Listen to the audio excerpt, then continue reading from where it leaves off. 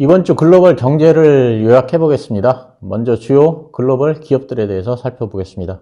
이번 주에 테슬라의 1분기 실적 발표가 있었습니다. 웨드부시의 댄 아이브스는 테슬라의 실적 발표 전날에 내일 있을 테슬라의 실적 발표가 Moment of Truth, 즉 진실의 순간이라고 하면서 테슬라 역사에서 중요하다라고 말할 만큼 테슬라의 실적 발표는 투자자들의 관심을 끌었습니다. 글로벌 IB들의 예상대로 테슬라의 실적은 예상을 크게 하회했습니다. 그렇지만 실적 발표 후 주가는 오히려 크게 상승했는데 그 이유는 실적 발표 후에 이어진 컨퍼런스 콜에서 일론 머스크가 테슬라에 대한 미래 비전을 밝혔고 투자자들이 다시 성장에 대한 기대를 가질 수 있게 되었기 때문입니다. 테슬라의 주가를 견인한 이유 중에 하나는 저가 전기차 모델을 출시한다고 확인을 했다는 점입니다. 지난달 로이터 통신은 테슬라가 저가 전기차 계획을 폐기하고 로보택시 사업에 집중하기로 했다는 보도를 했는데 이 보도 이후에 주가가 지속적으로 하락을 했습니다. 그렇지만 컨콜에서 머스크는 2025년에 예상됐던 저가 전기차 모델 2의 출시를 앞당기겠다고 했는데 이를 위한 신규 생산 라인은 필요가 없고 기존 라인에서 효율적으로 생산할 수 있다고 했습니다. 그러면서 최대 300만 대의 모델 2 양산이 가능할 것이라고 했습니다. 둘째로 머스크는 로보택시를 사이버 캡이라고 부르면서 8월에 사이버 캡을 선보일 예정이라고 했습니다. 머스크는 사이버 캡이 에어비앤비와 우버를 결합한 모델로 테슬라가 직접 차들을 소유하고 운영할 것이라고 했습니다. 셋째로 FSD의 라이센스 판매를 위해 주요 자동차 업체들과 협의 중이라고 했고 마지막으로 옵티머스를 금년 말에 테슬라 공장에 배치해서 유용한 업무를 하게 할 것이고 내년 말부터는 외부 판매가 가능할 것이라고 했습니다. 한편 테슬라가 사이버 트럭 약 4,000대를 리콜합니다. 이유는 가속 페달 장치의 결함입니다. 테슬라는 또한 자사 홈페이지를 통해서 지역에 따라 모델 일부 또는 전부의 가격을 인하한다고 밝혔습니다. 중국에서는 전 차종에 대해서 그리고 유럽과 중동에서는 일부 모델에 대해서 가격을 인하합니다. 이렇게 가격 인하에 나서는 이유는 재고가 증가했기 때문입니다. 또한 FSD의 가격을 12,000달러에서 8,000달러로 인하한다고 밝히기도 했습니다. 테슬라는 지난주에는 미국과 캐나다에서 월간 FSD 사용료를 199달러에서 99달러로 이미 인하한 바 있습니다. 한편 캐시우드는 4월 중에 테슬라 주식을 약 1억 달러 매수한 것으로 알려지고 있습니다. 메타도 이번 주에 실적을 발표했습니다. 그런데 테슬라와 정반대의 상황이 펼쳐졌습니다. 매출과 주당 순이익은 모두 예상을 상회했지만 반대로 주가는 크게 하락했습니다. 2분기 가이던스가 부정적이었고 실적 발표 후에 컨퍼런스 콜에서 저커버그가 선도적인 AI 구축으로 수익 창출에는 시간이 필요하다라고 언급하면서 AI 관련 인프라 투자를 위한 자본 지출을 증가한다고 했기 때문입니다. 투자만 하면 돈은 언제 버냐는 것이 투자자들의 항변입니다. 한편 중국의 IT 대기업인 알리바바, 텐센트, 바이두가 메타의 대규모 언어 모델 라마3를 전면 활용한다고 밝혔습니다. 오픈소스로 공개된 것이 이유입니다. 애플이 중국의 앱스토어에서 메타의 왓챗과 스레드를 삭제했습니다. 애플은 국가 안보를 근거로 일부 앱을 지우라는 명령을 받았다고 했습니다. 텔레그램, 라인, 시그널 등도 애플의 앱스토어에서 삭제됐습니다. 또한 애플은 EU에서 애플페이 외에 다른 결제 방식도 허용한다고 밝혔습니다. 그동안 EU는 애플이 경쟁사들의 결제 방식을 이용하지 못하게 함으로써 경쟁을 제한한다고 비판해 왔습니다. 로이터 통신은 이에 대해서 이번 조치로 전 세계 연간 매출의 10%에 달하는 벌금을 피할 수 있을 것이라고 보도했습니다. 한편 중국 내 아이폰의 1분기 판매량이 전년 대비 19%가 하락했습니다. 반면 화웨이는 70%가 증가했습니다. 1분기는 춘절 수요에 의한 성수기임에도 불구하고 판매 부진으로 할인 판매까지 한 것은 우려할 만한 상황이라는 의견입니다. 아이폰이 2023년 동기에는 1위 스마트폰이었으나 금년에는 17.4%의 비보, 16.1%의 아너에 이어 아이폰이 15.7%로 3등입니다. 그렇지만 카운터포인트의 수석 애널리스트는 애플의 사정이 2분기부터는 달라질 것이라면서 올 후반기에 출시하는 아이폰 16에 AI를 접목한다면 중국 시장 판매는 늘어날 것으로 예상했습니다. 애플은 또한 내달 7일에 신제품을 공개하는데 신형 아이패드 프로와 에어가 공개될 것으로 전망됩니다. 새로운 OLED 디스플레이를 탑재할 것이고 12.9인치 화면에 신형 M3 칩을 탑재할 전망입니다. 샘 울트먼 오픈 AI의 CEO가 태양광 스타트업 엑소와트에 $2,000만 투자했습니다. 생성 AI가 급성장하는 가운데 데이터 센터에 필요한 전력 때문에 다양한 스타트업에 관심을 가지고 있는 것으로 보입니다.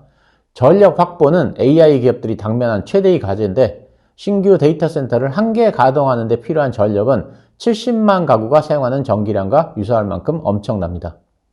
올트먼이 투자한 전력 스타트업을 보자면 핵융합의 헬리온, SMR의 오클로에너지, 태양광의 엑소와트 등이 있습니다. 올트먼뿐만 아니라 아마존과 마이크로소프트도 대체 에너지 투자에 적극적으로 나서고 있습니다. AI를 위해서는 전기의 부족을 해결하는 것이 급선무인 만큼 이 분야가 관심 섹터로 부각될 가능성이 있다고 생각합니다. 한편 오픈 AI와 신약 개발이 모더나가 파트너십을 체결했습니다. 두 회사는 5년 내에 15개의 신약을 개발하겠다는 목표입니다. 마이크로소프트가 경량 AI 모델 pi3 미니를 출시해서 구글, 메타와 경쟁합니다.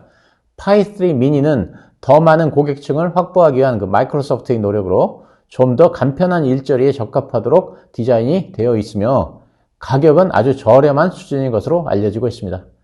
또한 마이크로소프트는 코카콜라와 $11억 규모의 5년 계약을 체결했다고 밝혔는데 이번 계약으로 코카콜라가 마이크로소프트의 클라우드와 AI를 사용합니다. 그리고 목요일 장 마감 후에 실적 발표를 했는데 어닝 서프라이즈를 기록하면서 시간에 주가가 크게 상승한 바 있습니다. 마이크로소프트의 어닝 서프라이즈는 오픈 AI와 협업으로 AI를 적용한 클라우드 부문의 호실적 덕분입니다.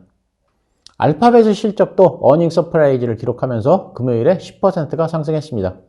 1분기 매출과 주당 순이익이 모두 예상을 상회한 것은 물론이고 $700억 규모의 자사주 매입과 주당 20센트의 첫 배당금 지급을 발표했기 때문입니다. 알파벳도 마이크로소프트와 마찬가지로 클라우드 매출 성장이 실적을 견인했습니다. 특히 영업이익이 1년 사이에 5배로 늘어났습니다.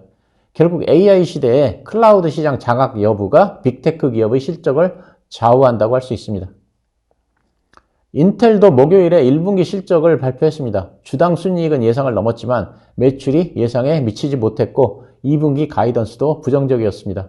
이에 금요일에 주가가 9% 이상 하락했습니다. 네덜란드의 ASML이 아인토벤 지역에 2만 명을 수용할 수 있는 대규모 시설 확충에 나섭니다.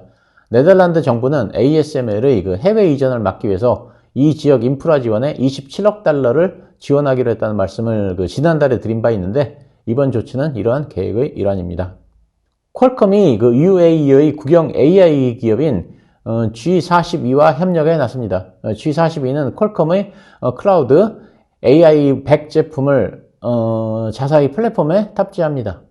G42에는 마이크로소프트가 $15억 투자하고 G42도 자사 AI 애플리케이션에 마이크로소프트의 애저 클라우드를 사용한다는 말씀도 지난주에 드린 바 있습니다. 엔비디아는 지난주 금요일에는 주가가 10% 폭락한 바 있습니다. 그 당시 하락은 ASML의 실적 부진, TSMC가 파운드리 성장률을 낮춘 것, 그리고 슈퍼 마이크로 컴퓨터의 주가 하락 등이 원인이었습니다. AI의 수요가 위축되는 것이 아니냐는 의구심이 증폭되었기 때문인데요.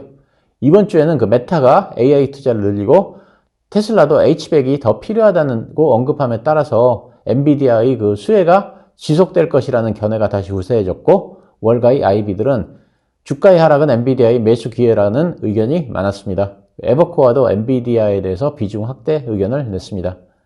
반감기 이후로 비트코인이 약보합세를 보이고 있습니다. 이에 대해서 CNBC는 비트코인 현물 ETF로의 자금 유입이 반감기라는 호재를 위축시켰다고 했습니다. 그러니까 반감기 호재가 ETF의 출시로 이미 선반영되었다는 의미입니다. 월스트리트 저널은 암호화폐가 연준의 금리 인하 지연과 지정학적 리스크를 악재로 인식했다고 했고 JP모건은 비트코인의 과매수 신호가 떴다고 했습니다. 그러니까 반감기가 지났는데도 비트코인이 별다른 상승이 없자 매체나 IB들이 이에 대해 해석을 내놓은 것인데요. 그렇지만 과거의 사례를 봤을 때 비트코인이 반감기 이후에 곧바로 상승한 적은 없었습니다. 이에 대해서 비인 크래프터는 비트코인의 수익 결정은 반감기 이후 몇 달 내에 나타난다면서 더 기다리면 비트코인이 급등을 포착할 수 있을 것이라고 했고, 레트 캐피탈은 비트코인이 올해 11월에서 내년 1월 사이에 다시 한번 신고가를 갱신할 것이라고 했습니다. 마켓워치도 비트코인은 반감기 직후는 변동성이 미미하다면서 중장기적인 관점에서 보면 낙관론을 지지한다고 했습니다. 기존에는 금 선물가와 달러 인덱스가 반대로 움직이는 상관관계를 보였지만 지금은 오히려 중동 정세에 따라서 금값이 움직이는 현상이 지속되고 있습니다. 예를 들면 이란과 이스라엘의 갈등이 증폭됐던 지난주에는 금값이 크게 상승해서 신고가를 갱신했지만 이번 주 들어 이란과 이스라엘이 소강 상태에 들어가자 금 선물이 3%가 하락해서 1일 하락률 기준으로 1년 만에 최대폭으로 하락했습니다. 이에 대해서 로이터 통신은 이란과 이스라엘의 갈등에 의한 파급력이 크기 때문에 금과 달러 인덱스의 상관관계가 상대적으로 약해졌다고 분석했습니다. 한편 중국의 인민은행이 17개월 연속 금매입을 확대하고 있어서 금 수요는 여전히 견조하다는 평가입니다. 향후에는 인플레 추이가 금 가격의 향방을 결정할 중요 요인이 될 것입니다. 제가 구리에 대해서는 계속 말씀을 드리고 있는데 구리 가격이 연일 신고가를 갱신하고 있습니다. 미국 시간으로 목요일에는 구리 선물이 1.5%가 상승하면서 2년 내에 최고치를 기록했습니다. 세계 최대의 광산 기업인 호주의 BHP가 영국의 광산업체인 앵글로 아메리칸에 대해 인수합병을 제안했습니다. BHP 구리 생산량이 126만 톤이고 앵글로의 구리 생산량이 82만 6천 톤인데 이 둘의 생산량을 합치면 전 세계 구리 생산량의 10%에 해당됩니다. 이에 대해서 CNBC는 구리 광산 공정 탄생 임박이라면서 어깨 재편을 관측했습니다. 그렇지만 반독점 규제는 합병을 위해서 해결해야 할 문제입니다. BHP는 유전도 보유하고 있기 때문에 제가 과거에 원유 트레이딩 관련 업무를 할 때 BHP와 직접적으로 일을 해본 경험이 있습니다. 아주 까다로운 회사였던 것으로 제가 기억합니다. 한편 월스트리트 저널은 최근 구리 수요가 급증한다면서 AI, 재생에너지 전환의 영향이라고 했고 시티은행은 구리 수요가 2030년까지 현재 대비 420만 톤 증가할 것으로 예상했습니다. 이번에는 글로벌 경제 관련입니다. 미 의회가 950억 달러 규모의 우크라이나, 이스라엘, 그리고 대만에 대한 지원안을 통과시켰습니다. 야당인 공화당의 반대로 그동안 지원안 처리가 지연되어 왔었지만 지난주에 하원을 통과한 후 곧바로 상원을 통과했습니다. 그렇지만 안보 지원 예산안이 통과되면서 대규모 재정 지출이 현실화됐고 그래서 국채 발행에 대한 우려가 생겨나고 있습니다. 엔화와 원화의 약세가 과다하다는 한미일 재무장관 공동성명 이후에도 엔화 약세는 지속되고 있습니다. 특히 일본은행은 25일과 26일에 열린 금융정책결정회의에서 참석자 만장일치로 현재 기준금리를 동결하기로 결정했습니다. 기록적인 엔화 가치 하락에도 불구하고 일본은행이 기준금리를 동결하자 엔달러 환율이 156엔을 넘어서면서 엔화 가치가 34년 만에 최저 수준을 기록했습니다. 블룸버그의 조사에 의하면 일본의 다음 금리 인상은 10월경으로 예상됩니다. 만약 엔달러 환율이 155엔을 돌파할 경우 원달러 환율도 1,400원을 넘어설 것이라는 의견이 많았지만 다행히 원달러 환율은 1,370원대 후반대를 유지하고 있습니다. BOA는 엔달러 환율이 최대 160엔까지도 상승할 수 있다고 전망했고 JP모건도 이대로 가면 달러당 160엔 상회가 가능하다고 예측했습니다. 자, 미국 1분기 GDP 성장률 속보치가 1.6%로 발표되면서 예상을 큰 폭으로 하회했습니다. GDP는 속보치, 잠정치, 확정치 등 3번에 걸쳐서 발표되는데 이번에는 속보치가 발표되었습니다. 예상은 2.5%였는데 예상을 0.9% 하회했습니다. 미국은 소비의 나라인 만큼 소비자 지출이 미국 경제활동의 3분의 2를 차지합니다. 그런데 1분기 소비자 지출이 전분기 대비 크게 낮아진 것이 GDP 성장률 하회의 원인입니다. 1분기 소비자 지출은 2.5% 상승에 그쳐서 전분기의 3.3%에서 크게 낮아졌습니다. GDP 성장률 둔화는 금리 인하에 대한 가능성을 높이는 요소이지만 시장에서는 GDP 성장률 둔화보다는 PCE 물가지수에 더 주목하면서 목요일 주식시장은 하락했습니다. 미국 PCE 물가지수는 1분기에 3.4% 증가한 것으로 집계되었기 때문입니다. 작년 4분기의 1.8% 증가에 비해 이번에 크게 상승했습니다. 변동성이 높은 식품과 에너지를 제외한 근원 PCE 물가지수는 3.7% 증가였고 작년 4분기의 2% 증가에 비해서 큰 폭으로 상승했습니다. 이는 금요일에 3월 PCE 발표를 앞두고 물가가 큰 폭으로 상승했음을 의미합니다. 1월과 2월치를 놓고 계산을 해보면 3월에는 전월 대비 0.48%가 상승했다는 것을 의미하기 때문입니다. 자, 그래서 이것에 대한 우려가 많았는데 다행히 1월과 2월 수치가 크게 상향 조정된 것 때문에 1분기 수치가 높게 나왔던 것이고 3월 근원 PCE는 전월 대비 0.3% 상승에 그쳤습니다. 전년 대비로는 2.8% 상승입니다. 금요일에 주식시장이 상승한 원인으로는 알파벳과 마이크로소프트의 호실적 외에도 3월의 PC에 대한 오해가 풀렸기 때문이라고 생각합니다. 런던 FTSE 지수가 사상 최고치를 경신했습니다. 조기 금리 인하 기대에 따른 파운드와의 약세가 이어지면서 수출 기업의 실적 개선이 기대되기 때문으로 풀이됩니다. 한편 라가르드 ECB 총재는 이변이 없는 한 6월에는 금리 인하가 확실하다고 못을 박았습니다. 유럽은 미국과는 확연히 다른 모습입니다. 미국의 4월 S&P 글로벌 제조 PMI가 49.9로 4개월 내에 최저를 기록했습니다. 50을 기준으로 확장세와 위축세를 판단하는데 4월에는 50에 미치지 못해서 제조업이 둔화되고 있다는 해석입니다. 예상치와 전월치를 모두 하회했습니다. 이로 인해 미국 경제가 그동안 강했는데 드디어 경제 둔화 현상이 나타난다는 해석이 나오고 있습니다. 그러니까 그동안 경제가 강해서 금리를 인하하지 못했는데 이제는 금리 인하를 할 수 있는 요소가 추가되었다고 보기 때문입니다. 한편 4월 서비스 PMI는 50.9로 50을 넘어섰지만 예상치와 전월치를 모두 하회했습니다. 특히 미래 판매량을 예상할 수 있는 신규 주문이 6개월 만에 처음으로 감소했습니다.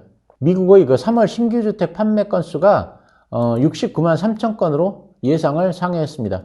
이에 대해 기존 주택 공급이 부족한 탓이라고 로이터는 분석했습니다.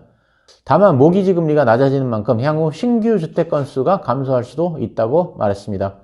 기존 주택 보유자들은 3%대 수준에서 모기지 금리를 받았는데 만약 주택을 팔고 다른 곳으로 이사를 하게 되면 기존 3%대 모기지 금리는 갚아버리고 새로운 7% 모기지 금리를 일으켜야 하기 때문에 기존 주택 소유자들이 매도를 하지 않는다는 뜻입니다. 한편 주택 중간 가격도 2월에는 7개월 내에 최고를 기록했는데 3월에는 1.9%가 하락하면서 43만 달러 수준으로 집계됐습니다. 미국 재무부가 입찰에 붙인 2년물 국채에서 견고한 수요가 확인됐습니다. 미국 재무부에 따르면 2년물 국채 금리는 4.898%로 결정됐습니다. 지난 6개월 평균 입찰 금리는 4.651%였습니다. 응찰률은 2.66배로 앞선 6번의 입찰 평균치 2.59배를 상회했습니다. 그렇지만 5년물 국채 입찰 응찰률은 2.39로 6개월 평균을 하회했습니다. 이번 달 입찰 규모는 700억 달러로 기록적인 수치였고 응찰률은 6개월 평균보다 낮았습니다. 전반적으로 수요가 예상보다 낮았다고 할 수 있습니다. 입찰 금리는 4.659%로 그 당시 시장 금리 4.655%보다 약간 높았습니다. 그리고 다음 날 440억 달러 규모로 진행된 7년 만기 국채 입찰에서도 또다시 견고한 수요가 확인됐습니다. 7년물 입찰 금리는 4.716%로 결정됐습니다. 지난 6개월 평균 입찰 금리는 4.298%였습니다. 응찰률은 2.48배로 6개월 평균치인 2.57배를 하회했습니다. 미국의 실업수당 청구 건수가 9주 만에 최저 수준을 기록했습니다. 미국 노동부는 지난주 신규 실업수당 청구 건수가 전주에 21만 2천 건에서 5천 건 줄어든 20만 7천 건을 기록했다고 밝혔습니다. 시장 예상치인 21만 4천 건을 하회했습니다. 단기 변동성을 제거한 4주 이동평균 실업수당 청구 건수는 1250건 감소한 21만 3250건으로 집계됐습니다. 실업수당 청구가 줄었다는 건 일자리가 늘어났다는 것이고 고금리에도 불구하고 미국 경제의 회복력을 보여주는 또 다른 예라고 AP통신은 보도했습니다. 자, 이상으로 이번 주 글로벌 증시를 정리해봤습니다. 모두들 남은 주말 잘 보내시기 바랍니다. 감사합니다.